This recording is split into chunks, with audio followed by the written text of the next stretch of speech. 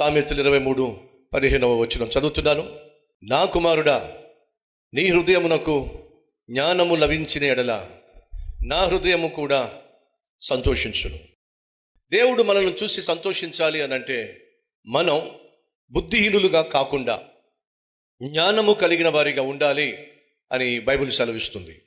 నువ్వు ఏ పని చేసినా చదువులో జ్ఞానం కావాలి, ఉద్యోగం చక్కగా చేయాలంటే జ్ఞానం కావాలి, కుటుంబాన్ని కట్టుకోవాలంటే జ్ఞానం కావాలి, డబ్బును పొదుపు చేయాలి అని అంటే జ్ఞానం కావాలి, వ్యాపారంలో లాభం సంపాదించాలంటే జ్ఞానం కావాలి. నీకు వ్యతిరేకంగా కాంపిటేటివ్గా ఉన్నటువంటి కాంపిటేటర్ కంటే మెరుగైనటువంటి వ్యవసాయం చేయాలన్నా, వ్యాపారం చేయాలన్నా, ఉద్యోగం చేయాలన్నా, విద్యలో విజయం సాధించాలన్నా, ఉన్నత విలువలతో కుటుంబాన్ని కట్టుకోవాలన్నా జ్ఞానము అత్యవసరం. ఆ జ్ఞానాన్ని సంపాదించు అని దేవుడు సెలవిస్తున్నాడు. నా ప్రజలు అజ్ఞానం వల్ల నశించిపోతున్నారు అని ఒక సందర్భంలో దేవుడు వాపోయాడు. ఈరోజు మనలో ప్రతి ఒక్కరికి కావాల్సిందేంటో తెలుసా? చెప్పండి, ఏమిటో? జ్ఞానం.